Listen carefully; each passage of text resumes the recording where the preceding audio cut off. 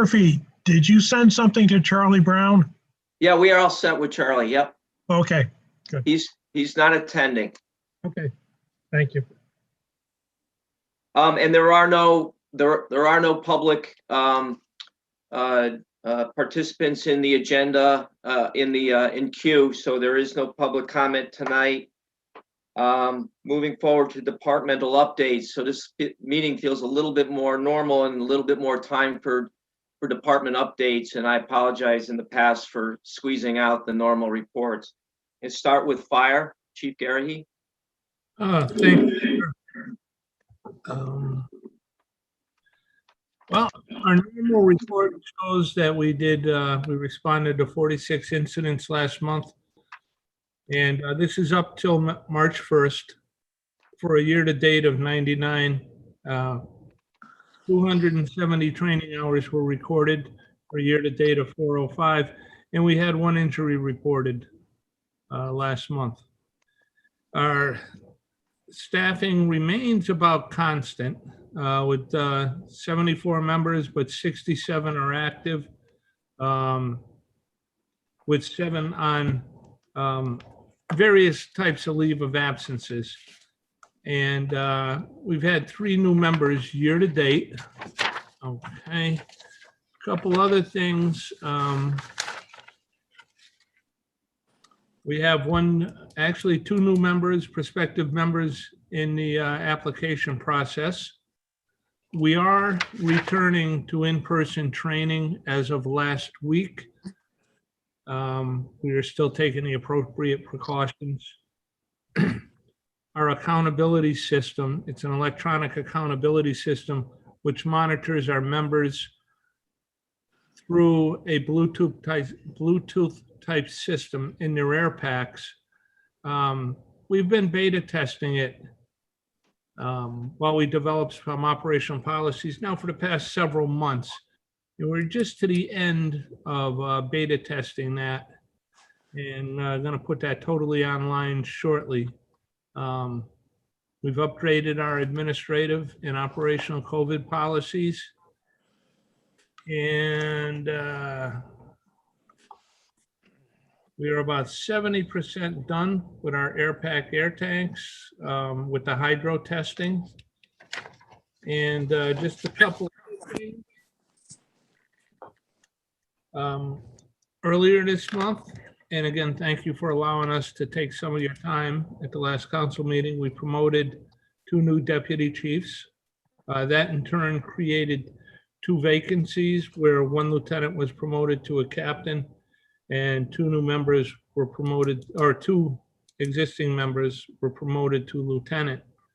And lastly, and this has been a long and somewhat exhausting process, and COVID had a lot to do with its length, is back in October 2019, we suffered some damage up in the training grounds. I believe it was the October 31st storm, excuse me.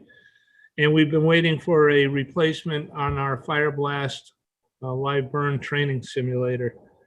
And we understand that that is a week away from final testing, so we anticipate delivery in about 3 weeks. After which it'll be put into place. There's a little bit of minor work that has to happen up there. So we anticipate training and use on that starting around the 1st or 2nd week of May. Okay. Thank you. Questions, Councilor Emmanuel? John? Yeah, Mike, I have one question on the COVID tests. Do you have a contract with Urgent Care We use Velocity. or Velocity? I'm sorry. Yeah. Yes, Velocity. And we have several different facets to the COVID testing. New member COVID testing, where part of a new member physical is a lung capacity test, and that's where COVID sits in your body. So there's a process for COVID testing prior to new member physicals. We've extended that process to yearly required physicals that'll start up, I believe in about a month. And lastly, if there are exposures, working with Velocity, we're allowed to take our own samples with one of our deputy chiefs, our health and safety officer, and send them out through Velocity for testing. Has there been any other options with regards to testing? Because I heard that Velocity is $150 per test. We haven't explored any other options. It's just Velocity is a little more convenient with their infrastructure. Extremely convenient. We've had no waiting.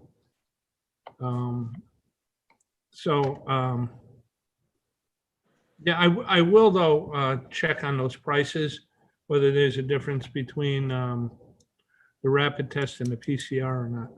Yeah, if you could. And I'm just curious. I mean, if you could save with, if they could do something with the pricing, you put that towards training or something else. I just wasn't sure if they had offered options or if there are other options out there besides Velocity, price-wise.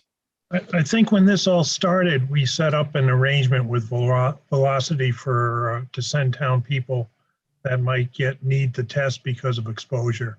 So we've been working with them. The pricing that should be covered under, well, like the town employees should be covered under their health insurance. But for volunteers, though. Yeah. That's strictly out of their budget. Okay, no, I just wanted to kind of ask that question. That's all. And John, let me look into those prices and I can forward an email with the results to the committee if you'd like. Okay, fine. Ed, just going back to the public comment, I just wanted, Krista had sent an email, and I just wanted to make sure that gets read into the record in case there was a follow-up behind the scenes with Charlie. Just Charlie because he's did, Charlie responded to her already with the Oh, she did? question.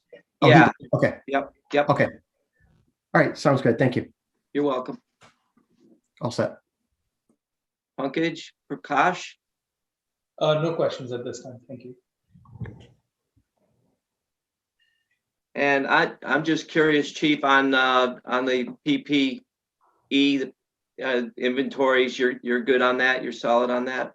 Yes, we are. We're not using a ton of, and sorry about the background here. We're not using a ton of PPE. Most our investigations are under Scott Pack Air or self-contained air. Gotcha. Okay. All right. Thank you. Ambulance, Joe Gray. Thank you. Ambulance is doing great. For the month of February, we had 310 calls. Year to date, 677. We have 77 members currently and one that just applied recently. It's going through the process. And a few months back, because of COVID, we were looking at different ways of protecting our people and everything. And we purchased 3 Lucas CPR devices. They're mechanical chest compression devices. We've gone through the hospital, Hartford Hospital, our sponsor hospital, and are in the process of training all of our members.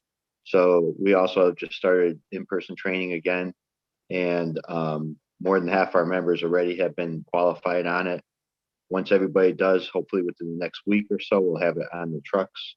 So it's more consistent, constant compressions, performs better. And when we're moving patients around while compressions are being done, and also while transporting the patients to the hospitals, we don't have to have our members standing in the back of the ambulance. So it was costly, but for the safety of the members and the better compressions all the way around, it was a really good investment. So we're hoping to have them in by the end of the month on the trucks. That's pretty much it. Thank you. Questions from Councilor Emmanuel? No questions. Thanks. Questions from Councilor Prakash? No questions. Thank you. Okay. Thank you, Joe. And my only question is on the cleaning machine that so you've been doing a lot of your own cleaning of PPE with your device. Is that still ongoing? I mean, you're still doing that? Yes. Every day we have a fogging machine that fogs the ambulances and our sleeping quarters, our day rooms, and eating areas and stuff like that. So we're constantly keeping that, along with we have to 4 air purifiers that we have now that have UV lights also to kill any viruses and constantly circulate in the air. So we've been on top of it. Very So thorough. you're using those wands that you run over the surface with the ultraviolet light? Nope, we have 4 machines that bring the air in, run them through a UV light and also HEPA filters. And then the fogging machines, we have a decontamination antiviral fluid that we fog over all of the equipment and in the training room and also our day room and the bunk rooms and everything. So that coats everything in the fog, kills any of the viruses. That's done on a daily basis. And then we also have the air purifiers going all the time. And that's still available to the other departments, fire Sure. and police? Yep. The fire department was the one that got us. They also have the fogging machines and they fog their vehicles also. They're the ones that initially started with it. So great. Thank you. All right. Police, Chief Custer.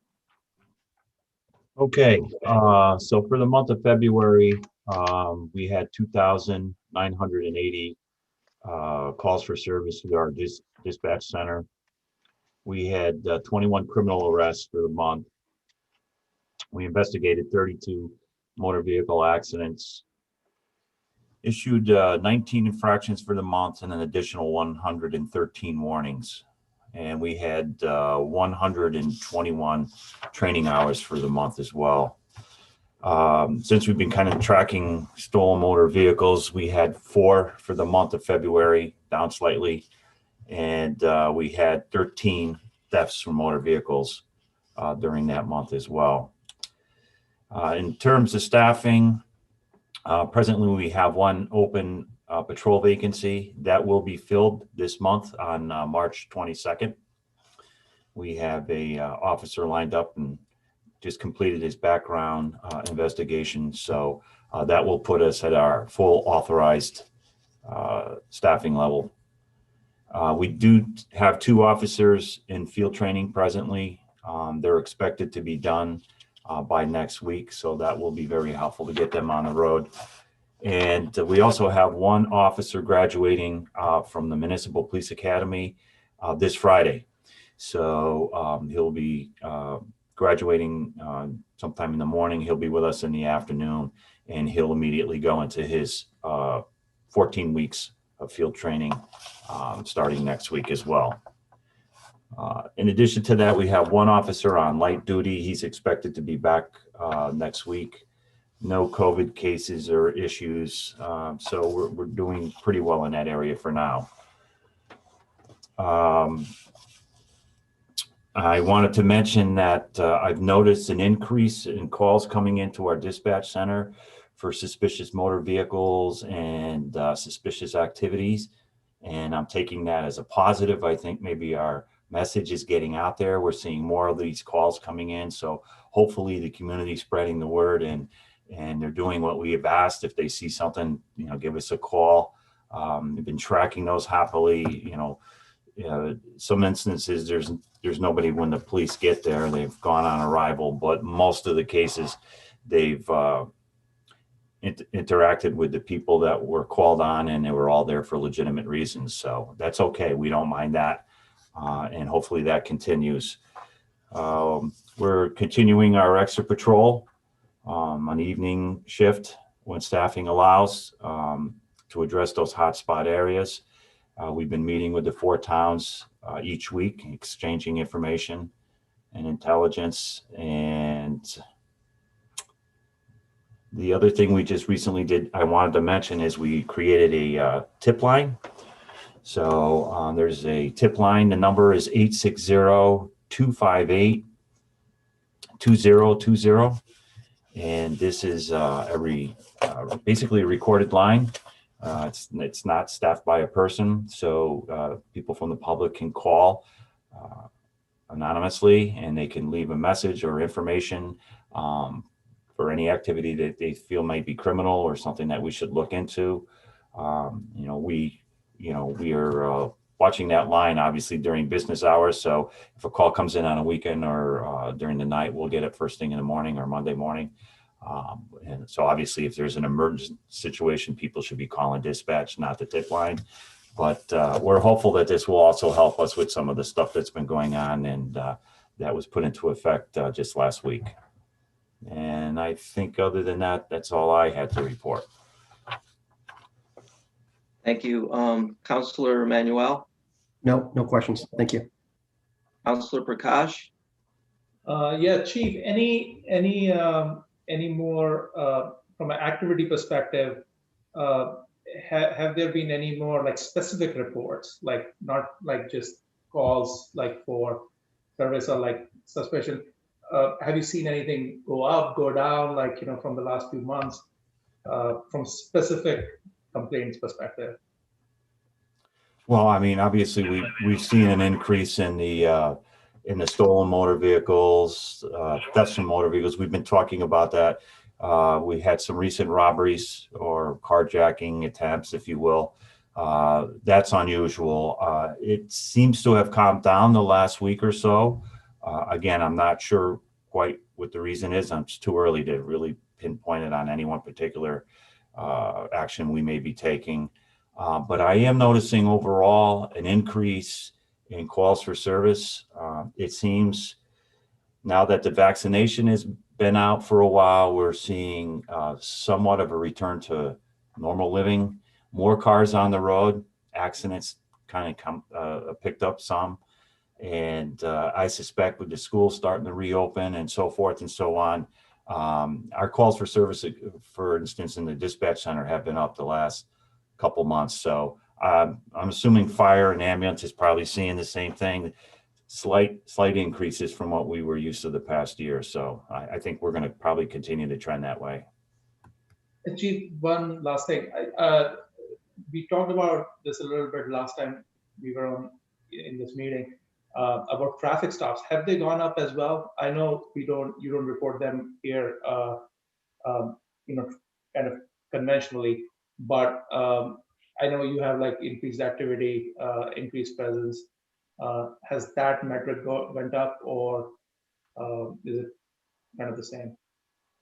Traffic stops have picked up, and there's been an emphasis from command staff on the officers to increase their visibility and their presence.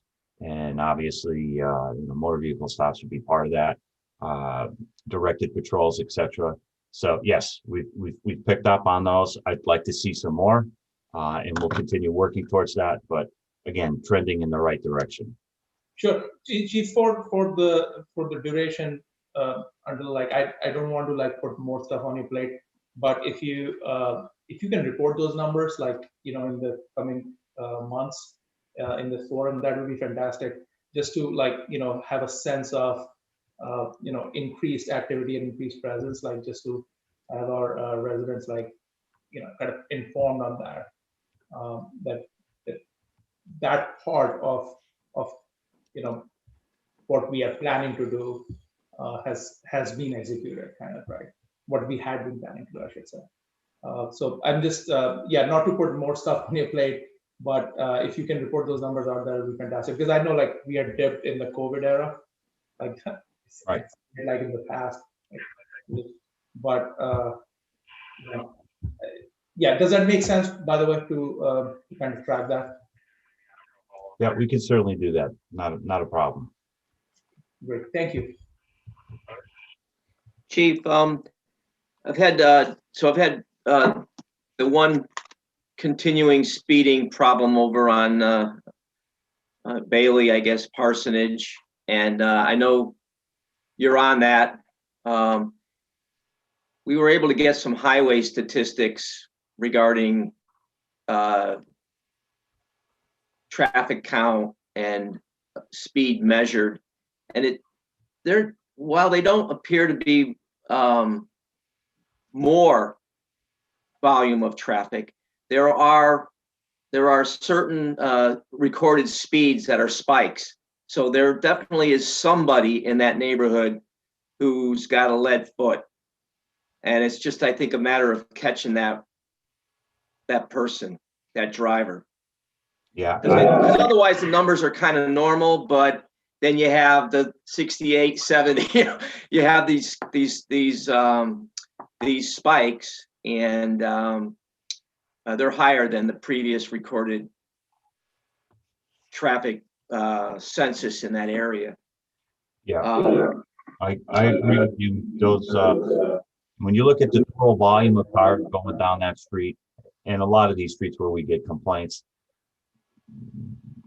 easily 85% plus are well within, given a few miles up or down within the posted speed limit. But you're right, when you see that 68 and that 70 come through, it skews everything. So yeah, I just learned today about what had happened the other day there. So we're going to be back out tomorrow, and we'll do some directed traffic patrols there. See, we're going to try to use her information and be out there when she's noticed a lot of this activity. Yeah. Yeah, I noticed the majority of the traffic flow seems, because I walk that neighborhood very routinely, morning and afternoon, and then the Silas Dean, and I know town manager also walks that Silas Dean streetscape, and there's always seems to be one car that blows through the light really, really late. So it's pretty dangerous in that respect with those outliers. But I think the message is getting out to the rest of the community to get back into disciplined driving. And also had a report that so I guess the animal control officer would get this report, but non-use of leashes on dogs, I guess, is picking up.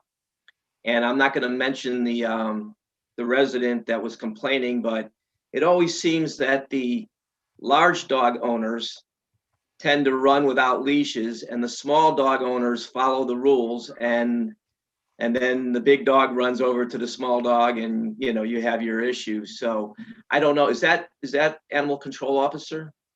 Are they? Yes, it would be. This is the first I heard of that, so I'll speak with them and send it down that we're getting some complaints, and we could in the meadows, and we can start focusing on that. No problem there. We can do that. Any other questions for Chief? You know what? I did want to draw attention again to that tip line, and that tip line, as you said, is recorded. It's not impeding on dispatch, but it's to add to it, and it's also to give a measure of anonymity if somebody doesn't feel like calling in or is not reporting for some reason. This gives them an opportunity to report in. I think you said that we have somebody, and maybe you won't be able to comment too much, but we do have somebody on a district-wide task force, maybe out of Hartford, that is involved up there and is paying dividends. Yes. So we have a detective who is working one night a week with the Hartford Police Auto Theft Unit. And so basically he's been going out there for this will actually be his third week now. And just in the first 2 times out, he's garnered tremendous information about some of the players who are involved in this, and at least one for sure that has a direct connection to a incident here in our town. So I think in addition to the 5 towns meeting and exchanging information, I also think there's going to be an additional benefit by having that detective one day a week. It's one evening a week, actually, working with Hartford, because this is where a lot of the stuff is coming from, or the cars are ending up there. So there's definitely a Hartford connection. And, he's reported back. There's been some good information already in just the first few weeks. license plate reading technology that we have, is that producing good footage at this point? Producing, we haven't had any hits yet. So what we did is we outfitted an unmarked police vehicle with one of the old license plate readers that we had. And so what we're doing is we're moving it around town. It's basically running off of batteries and solar power. So if there is a limited time, it's usually within a couple of days, we got to bring it back and recharge it. But we're placing that car in key areas in town, usually the gateways. And so what that is doing is tracking cars, number one, but more importantly, also hitting on any stolen motor vehicles. And when that activates it, we'll go to dispatch. And they're where the LPR out there and would immediately notify the district car. Gotcha.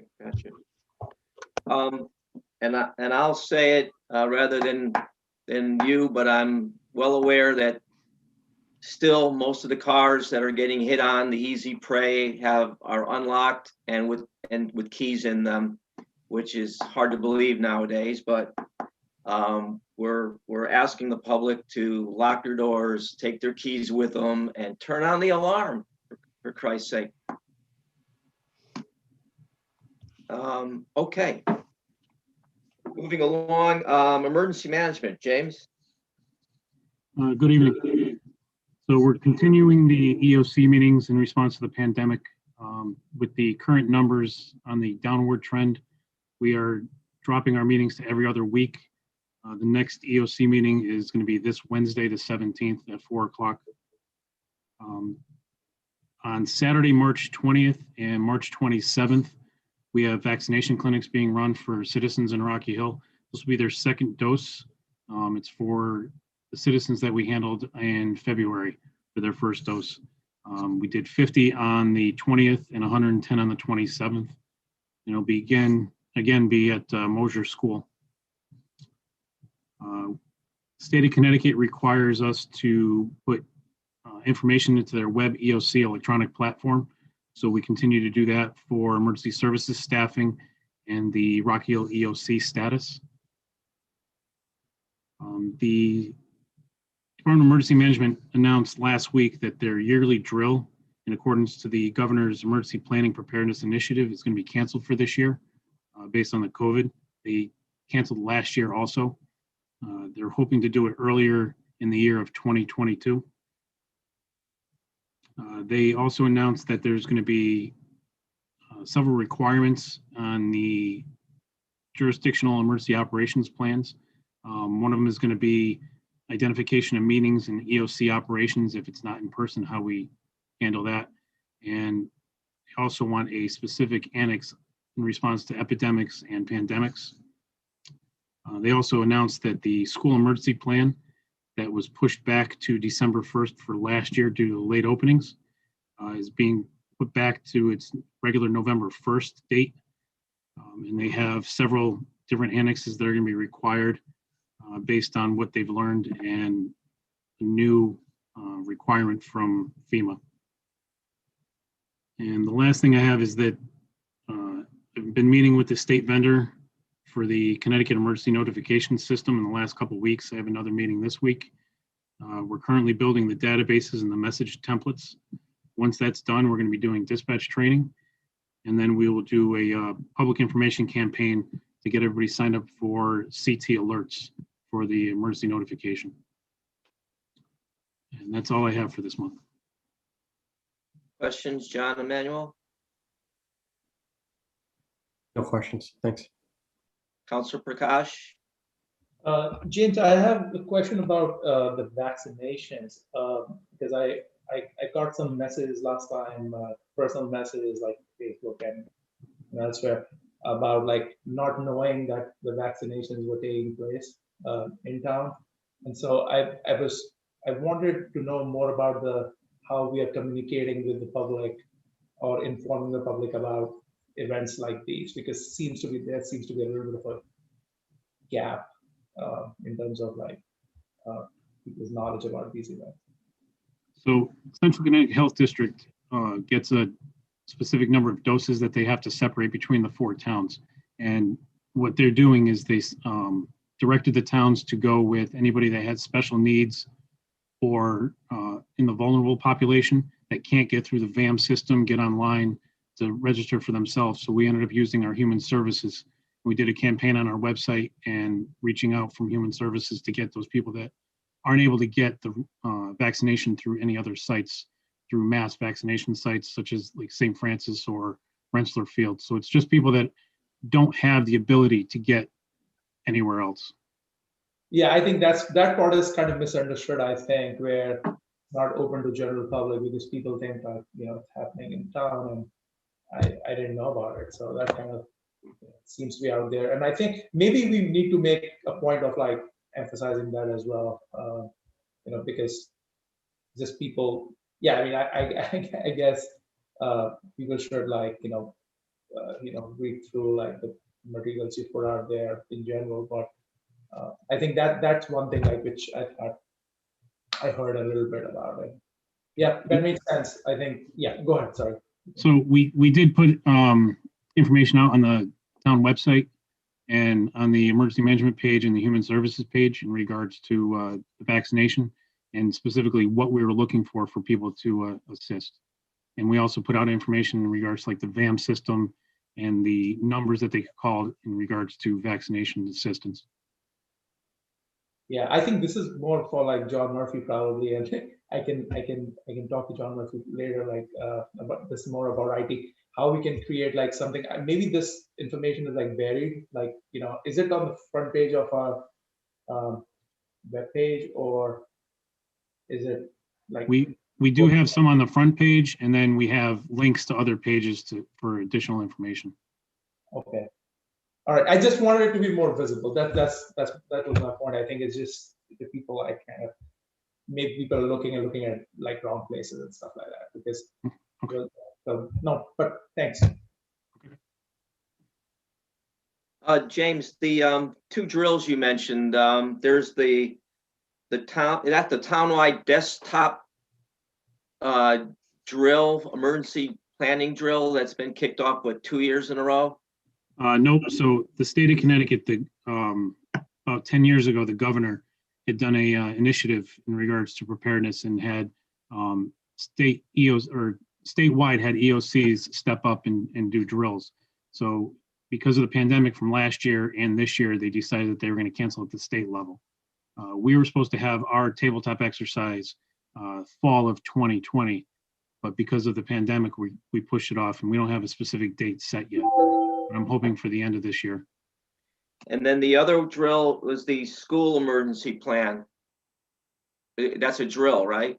Yeah, that's the Rocky Hill tabletop exercise. Oh, they're the same. Yes. It just depends on what scenario we choose for the disaster.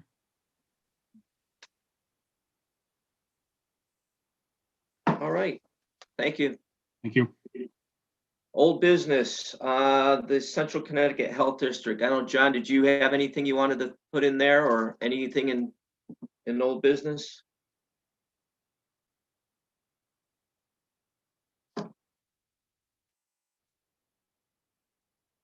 You're muted.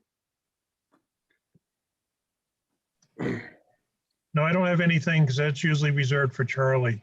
So Yeah, the only thing is that the town hall and town buildings are still closed to the public except for by appointment only.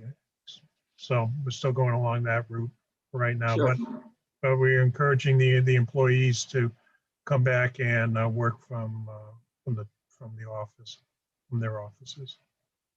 Sure. Numbers reported from Charlie as of March 11th. Rocky Hill has 1,560 cases, 118 deaths, and the average daily rate of COVID-19 cases among persons living in the community settings of 100,000 population is still above the 20% range. So it's still a red alert, even though the numbers are falling.